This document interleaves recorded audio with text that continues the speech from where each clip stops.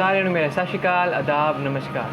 This time we are making our vlog on the hidden disaster and we will be talking about this environment day. So how is the hidden disaster and the environment day linked? ये आपस में इनका linkage है क्या? That is what we are going to talk about today. So what exactly is climate change? अगर हम climate change को समझने की कोशिश करें तो ये क्या होता है? Climate change एक ऐसा फिनोमेना है जिसमें गर्मियों के समय में, दैट इज समर सीजन्स में, ज़्यादा गर्मी होती जाएगी, हर साल बढ़ती जाएगी, और विंटर्स के समय पर यही जो सर्दी है या तो वो बहुत ज़्यादा होगी या तो फिर वो आएगी ही नहीं. दैट इज़ उसका जो स्कोप है, उसका जो एक्सटेंट है वो काफ़ी कम होगा. और इसके पीछे वजह क्या है? Global warming. हम काफ़ी सारी ऑक्साइड्स, पोल्यूशंस रिलीज़ करते हैं हमारी इंडस्ट्रियल एक्टिविटी की वजह से, हमारे व्हीकल्स की वजह से, जिसमें हमारी ट्रक्स, बसेस, एरोप्लेन और बहुत सारी चीज़ें आती हैं, इंक्लूडिंग आवर किचन, जिसकी वजह से क्या होता है कि we use up all the oxygen that is available in our environment, that is available in our surroundings, and इसके बजाय निकलता क्या है बाहर? Carbon dioxide and various other forms of oxide, जो ज़्यादा से ज़्यादा हीट ट्रैप करती हैं और हमारे प्लानट को और ज़्यादा गर्म बनाती हैं. So what is the way out? So let's talk about it. इस समय पर होता क्या है कि जब समर्स आएंगी तो इतनी ज़्यादा इनहॉस्पिटेबल कंडीशंस हो जाएंगी, जिसकी वजह से आपको लगेगा कि इतनी ज़्यादा गर्मी है, so let's install more and more ACs. Companies भी इतनी ज़्यादा एडवर्टीजमेंट करती हैं that you should buy this and this cooler और any sort of a technology that makes your life more comfortable. And the same happens in the winter season. Companies आपको बोलती हैं सर्दियों में कि ये हीटर ले लो, वो हीटर ले लो, आपकी लाइफ बेटर हो जाएगी. But the whole idea is, कभी आपने सोचा है कि वो हीटर आपकी लाइफ को बेटर बना रहा है क्या? और क्या वो इस ग्लोबल वार्मिंग को पुश कर रहा है और ज़्यादा जल्दी होने के लिए? व्हाट आई मीन इज़ कि जो आपके एसीज़ हैं, जो आपके हीटर्स हैं, वो आपकी लाइफ को कंफर्टेबल तो ज़रूर बनाते हैं, बट इसकी वजह से हम अपने एनवायरनमेंट को और ज़्यादा हार्म कर रहे हैं. So what is the idea behind ACs and heaters? Should we stop using it? The answer is definitely no. But हमारी awareness इतनी होनी चाहिए that we should be mindful कि ये जो AC आप हर समय यूज़ करते हैं, जो हीटर आप हर समय यूज़ करते हैं in the respective seasons, उसकी वजह से आप ही के planet को, आप ही की लाइफ पर इतना ज़्यादा impact पड़ेगा. आज नहीं तो कल definitely पड़ेगा. So why are we talking about all of this? हम इसके बारे में चर्चा कर क्यों रहे हैं? क्या मतलब बनता है कि आप गर्मियों में हम अपने एसी बंद कर दें? मरना है क्या? This is the question that would be coming to your mind. अगर हम हीटर्स विंटर्स में नहीं चलाएंगे तो फिर हम रहेंगे कैसे? But the whole idea is कि इस एनवायरनमेंट डे आपको ये समझना होगा कि ये कौन सी कॉस्ट पर आप अपना एसी चला रहे हैं, कौन सी कॉस्ट पर आप अपना हीटर चला रहे हैं. और इसके लिए सबसे पहले समझने की ज़रूरत है कि ग्लोबल वार्मिंग की वजह से होने क्या वाला है, जिसके लिए आप डेफिनेटली कंट्रीब्यूट कर रहे हैं और इवन मैं भी कंट्रीब्यूट कर रहा हूँ. तो सबसे पहले इसकी वजह से होगा कि जब हमारी अर्थ गर्म होने लग जाएगी, when the temperatures are going to soar, तो हमारे ग्लेशियर्स जो है, जिसकी वजह से हमारे रिवर फ्लोज होते हैं, because of which we have regular flow of river, वो सारे ख़त्म हो जाएंगे. So is that going to happen really? The answer is yes. ये definitely होकर रहेगा. और ये rivers specifically सूख जाएंगे, एक दिन आएगा. बट ये कैसे आएगा? उससे पहले बहुत सारे फ्लड्स आएंगे. आपने देखा होगा हर साल उत्तराखंड में फ्लड्स आते हैं, डिफरेंट एरियाज़ ऑफ इंडिया में फ्लड्स आते हैं, जिसकी न्यूज़ क्लिपिंग्स कुछ हैं ये.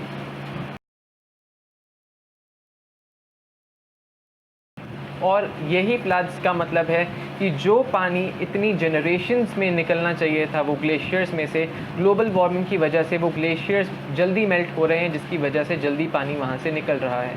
और अगर आपको लगता है कि आपके पास कोई और सोर्स ऑफ वाटर है और आपको डरने की ज़रूरत नहीं है, तो let me tell you one thing.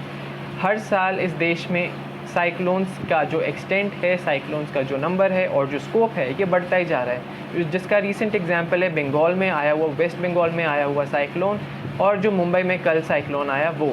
और ये क्या है? That is because of global warming. And why is this happening? Because of us. आपको ये सारे समय में लग रहा होगा कि इतना फ्लड आ रहा है यार, नेचर में पानी की कमी थोड़ी है, and one day we will be having a lot of water अगर हम ये सारी चीज़ों को कंजर्व कर लें. ऑफ कोर्स बिल्कुल सही बात है, अगर पानी कंजर्व कर लेंगे जो फ्लड्स में बह जाता है, हम अपने आप को बचा सकते हैं. But remember one thing, this is a natural disaster. और इस सारे कॉन्जर्वेशन मैकेनिज़्म में इतना ज़्यादा पैसा लग जाएगा कि आप शायद तब तक कुछ कर ही नहीं पाएंगे, और आप हमारे जितने भी ग्लेशियर्स हैं जो हमारी वाटर बॉडीज़ है जिसमें क्लीन सोर्स ऑफ वाटर है वो सब खाली हो जाएगा। Let me tell you one thing, इस दुनिया में पीने का पानी सिर्फ 0.01% है and rest of it is all saline, और आप उसे पी नहीं सकते हैं। Keep this in mind forever. और इस सब से आपकी लाइफ पे कैसे इम्पैक्ट पड़ेगा आइए देखें। अगर आप एक फार्मर हैं तो आपके लिए ड्रॉट्स आएंगे। अगर ड्रॉट्स नहीं आएंगे तो एक बार में इतना ज़्यादा रेनफॉल आएगा जिसकी वजह से आपकी जितनी भी फर्टाइल सॉइल है, आपका फर्टाइल लैंड है, वो टॉप सॉइल सारी वैनिश हो जाएगी। और जिस दिन वो टॉप सॉइल वैनिश हो गई, आपको सदियां लगेंगी वो सॉइल को बंजर से फर्टाइल बनाने में दोबारा से। और सेकेंडली ड्रॉट्स, फ्लड्स, और इसके बाद हम देखते हैं साइक्लोन्स। और जब इतने ज़्यादा फ्लड्स आएंगे, हर किसी भी तरीके से फ्लड्स ज़रूरी नहीं है कि रूरल एरियाज़ में ही आए, जैसे हमने इस बार देखा फ्लड्स जो हैं वो स्पेसिफ़िकली कहीं पर भी आ सकते हैं। और इसकी वजह से अगर अर्बन मिडिल क्लास और इंडस्ट्रियलिस्ट्स को लगता है कि वो बच जाएंगे, then the answer is straight away no.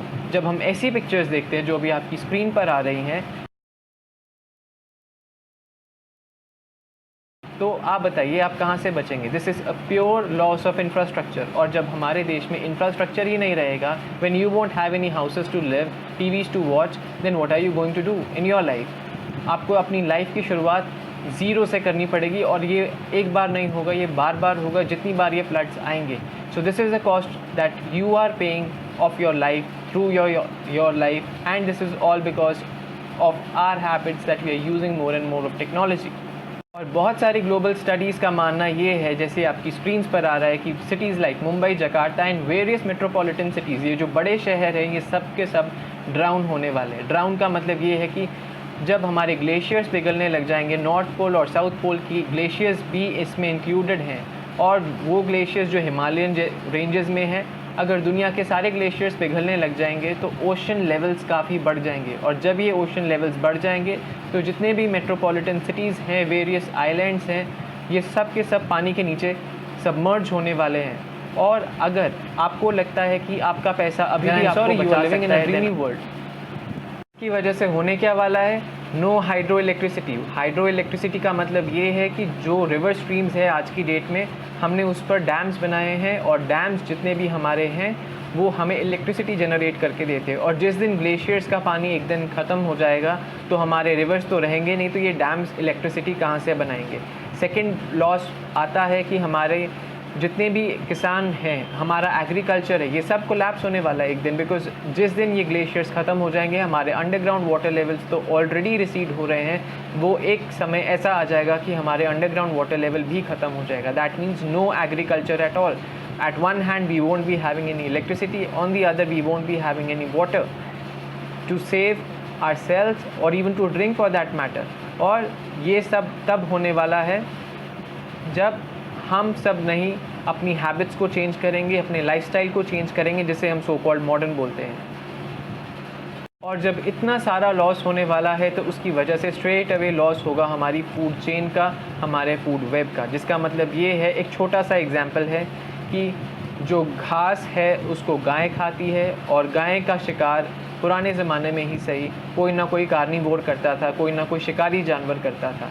और ये एक बहुत ही सिंपल एग्जांपल है कि हमारी फूड चेन, हमारी फूड वेब क्या है।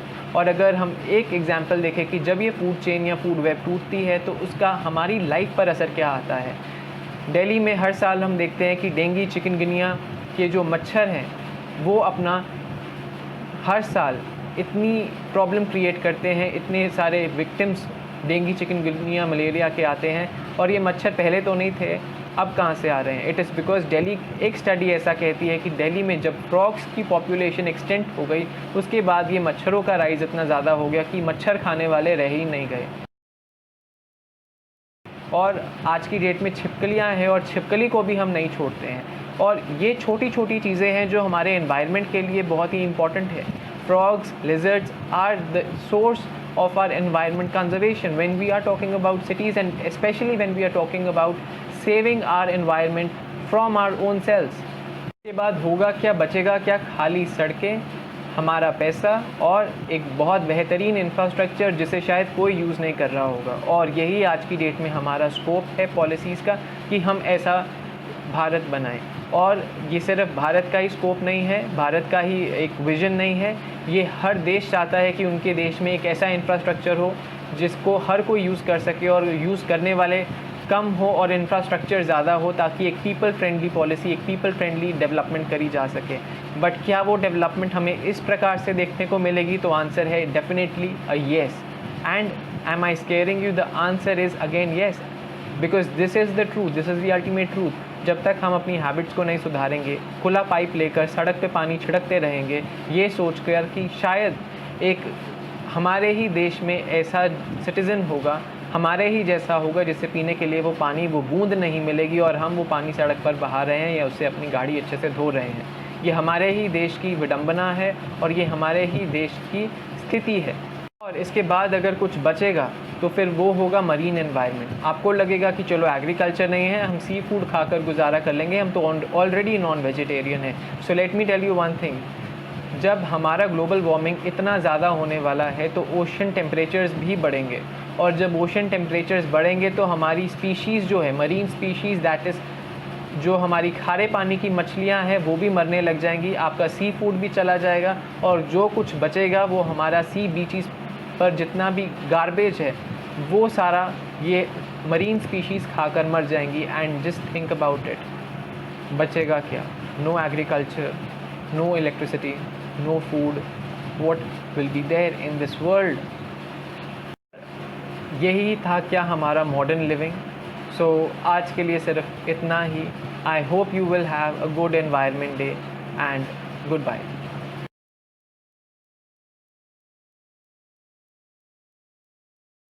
अरे जुगाड़ तो सुन लो, this was not at all to scare you. अगर हमारे लाइफ में किसी भी तरीके की प्रॉब्लम है, then it is very sure that we will be having some sort of solution to it as well.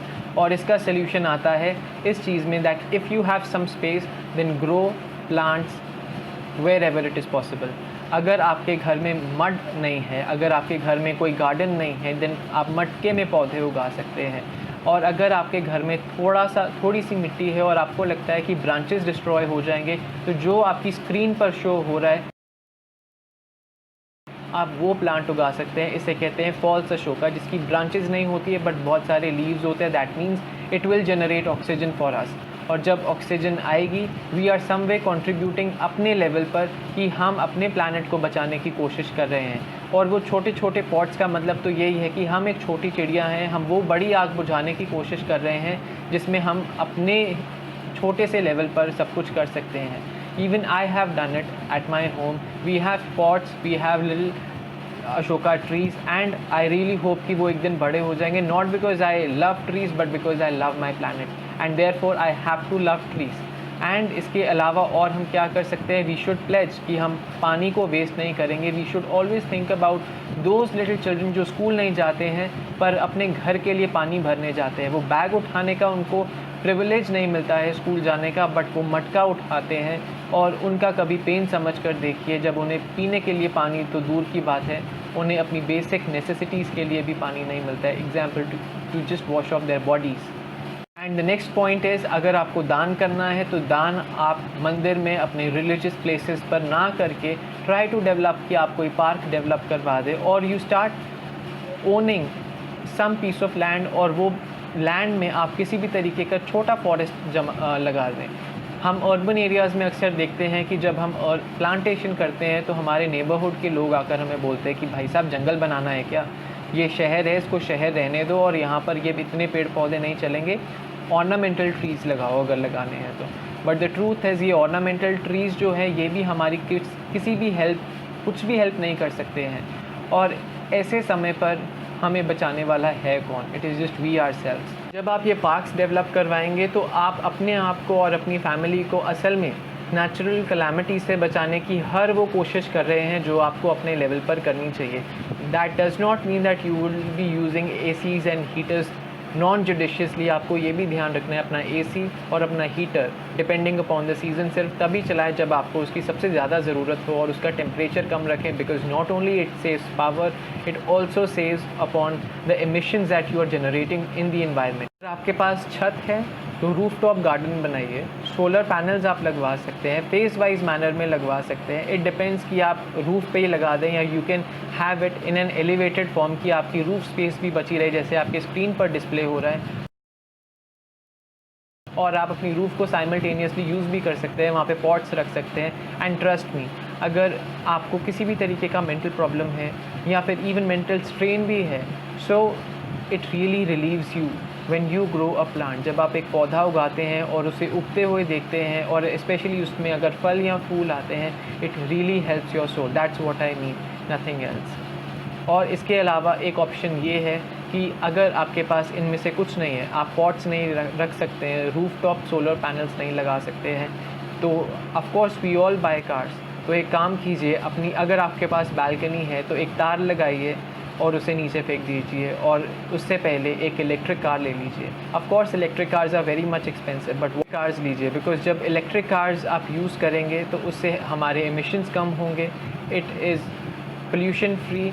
और जब आप एक इलेक्ट्रिक कार लेते हैं तो उसकी कॉस्ट में यही सोच लीजिए कि 2-3 साल का पेट्रोल या डीजल का खर्चा उसी कॉस्ट में आप दे रहे हैं, बिकॉज आफ्टर दैट ये कैलकुलेशन जो आपकी स्क्रीन पर शो हो रही है, इससे ये प्रूव हो जाता है electric cars are not difficult to maintain. और अगर आप एक इलेक्ट्रिक कार यूज़ करते हैं तो इलेक्ट्रिक कार की जो रनिंग कॉस्ट होगी, it will always be less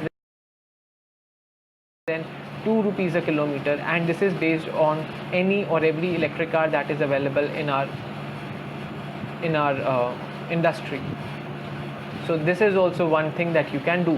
जब कभी आपके मोहल्ले में या आपके घर के आसपास सड़क बनने जा रही होती है, तो ये आपका रिस्पॉन्सिबिलिटी है कि आप अपनी लोकल अथॉरिटीज़ को बोले कि या तो वो सड़क में कंक्रीट ऐसी यूज़ करें जिसकी वजह से पानी जो आपकी ज़मीन पर, हमारी ज़मीन पर खड़ा हो जाता है, जिसकी कारण फ्लडिंग होती है, कंक्रीट की लेयर की वजह से वो अंडरग्राउंड वाटर लेवल तक नहीं पहुंच सकता है। तो उसके लिए हमें कुछ डिफरेंट चेंजेस, कुछ इनोवेशंस करने होंगे, और ये इनोवेशंस ऑलरेडी हमारे पास अवेलेबल हैं। एक तरीका है टू यूज़ कंक्रीट जो पोरस हो, जिसकी वजह से पानी ज़मीन में जा सके। दूसरा है कि हम सड़क ब्लॉक्स से बनाएं, कंक्रीट या फिर जो हमारी चारकोल है उससे ना बनाएं। इसकी वजह से ये होगा कि जब उसे कोई यूज़ नहीं करेगा तो it will have grass patches, it looks very good. और अगर कल को कोई पाइपलाइन भी डालनी होगी, so you can simply remove these blocks और इसको आप दोबारा से रीइंस्टॉल कर सकते हैं। ना सिर्फ ये पैसा बचाता है, बट सड़क पर फ्लडिंग होने से रोकता है, क्योंकि कंक्रीट की लेयर की वजह से सड़क के नीचे की जो ज़मीन है वो प्यासी रह जाती है, और वाटर जो ऊपर रह जाता है it simply goes into a nala, and from a nala it goes to a river, and river से जाकर हो जाता है ओशंस में, हमारे ओशन लेवल्स को बढ़ाता है, जिसकी वजह से हमारी ही सिटीज़ सबमर्ज होने वाली है, और वो पानी किसी के काम नहीं आता है। तो अगर आपके एरिया में फ्लडिंग हो रही है तो one simple thing that you can do is कि ये ब्लॉक वाली सड़कें बनाइए, ताकि जितना भी पानी मैक्स टू मैक्स हमारी धरती माँ में जा सके वो जा सके।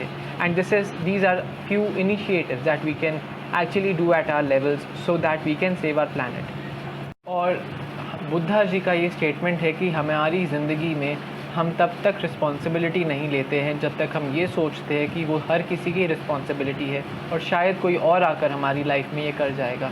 बट द ट्रूथ इज़ कि वो रिस्पॉन्सिबिलिटी हमें ही निभानी होती है, and the time has come कि अब हमें अवेकन होना पड़ेगा for our self and for our future. और अगर आप इसमें से जितने भी ऑल्टरनेटिव्स मैंने आपको बताए हैं, किसी भी ऑल्टरनेटिव को आप देख लीजिए, एसीज़ को आप किफ़ायती तरीके से यूज़ करें, या फिर सोलर पैनल्स लगवाएं या इलेक्ट्रिक कार्स लगवाएं, तो अगर ये सारी कॉस्ट्स को आप कंपेयर करेंगे तो आपको ये बिल्कुल भी एक्सपेंसिव नहीं पड़ेगी, और ये लॉन्ग टर्म में आपको शायद उतना ही बिल करेंगी या शायद उससे ही कम बिल करेंगी, because service cost electric cars का काफ़ी कम होता है, सिर्फ बैटरी का रिप्लेसमेंट होता है, which is of course very expensive. But आप ये सारी कॉस्ट को कंपेयर करके देखिए, which includes your servicing, your fuelling of petrol और डीजल और रिस्पेक्टिव फ्यूल जो भी आप करवाते हैं अपनी कार में। तो ओवरऑल आप किसी भी ऑल्टरनेटिव को कंपेयर करके देख लीजिए, not only it saves money but it also saves our environment. Try not to use this technology so that हम ना सिर्फ खुद को बचा लें बट अपने प्लानट को भी बचा लें, और एक ऐसा काम कर दे, एक अच्छा डीड कर दे, so that we are always remembered by our children. Because आपकी मेहनत किसके लिए है? you all think and you all feel rightfully that whatever you are doing it is for your children, but think about it, हमारी आज की जितनी भी प्रैक्टिसेस है क्या ये एनवायरनमेंट के लिए अच्छी हैं, और क्या वो पैसा और प्रॉपर्टी किसी भी काम आएगी व्हेन हमारे पास खाने के लिए खाना नहीं होगा, पावर जनरेशन हमारी वो नहीं रही होगी, how are we going to survive? Because इसमें कोई भी गवर्नमेंट हमारी हेल्प नहीं कर सकती है। फ्लड्स के टाइम पे, नेचुरल कैलामिटीज़ के टाइम पे सिर्फ पॉपुलेशन को इवैक्यूएट किया जाता है, ना कि प्रॉपर्टी को, और ना ही अच्छे दिन कभी आ पाएंगे और ना किसी यूनिवर्सल बेसिक इनकम की वजह से आपको बचाया जा सकता है। ये सिर्फ और सिर्फ आप है और आपके एक्शंस है जो आपको बचा सकते हैं। So let's come together because it is our own responsibility on this environment day to save ourselves. जैसे हमारी एंसेस्ट्री ने भी कहा है, शाम हो जाती है तो पेड़ पौधों को मत छेड़ो बिकॉज वो सो जाते हैं। What does this small thing से? ऑफकोर्स आज की डेट में हम ये तो ज़रूर कह देते हैं कि ऐसी चीज़ों में हम क्यों विश्वास करें, ये तो सब अजीब चीज़ें हैं, but what it conveys is a sense of sympathy and responsibility towards our environment. हमारी जो सिविलाइजेशन है, ये सिविलाइजेशन की वैल्यू है ये, और इसे आज हमें वापस से रीइन्विगरेट करना है, वापस से इसे ज़िंदा करना है ताकि हम खुद तो जी सके, हम इस प्लैनेट को भी जीवित रख सकें। एंड यही हमारा प्लेज होना चाहिए for this environment day, that is change yourself, change your habits, change your practices, then only we can save ourselves. And of course, if you really love your children, then you have to do it. Think about it once. और जितना भी मैंने आपको अभी तक बताया है ये मैं नहीं कह रहा हूँ, ये IPCC की लेटेस्ट रिपोर्ट कह रही है। अगर किसी को भी लग रहा है व्यूअर्स में कि मैंने जो भी बताया है वो गलत है, तो you can simply go and read the IPCC report, जिसका लेटेस्ट वर्जन बिल्कुल यही कहता है जो मैंने आपको अभी बताया है। Thank you so much, thanks for watching.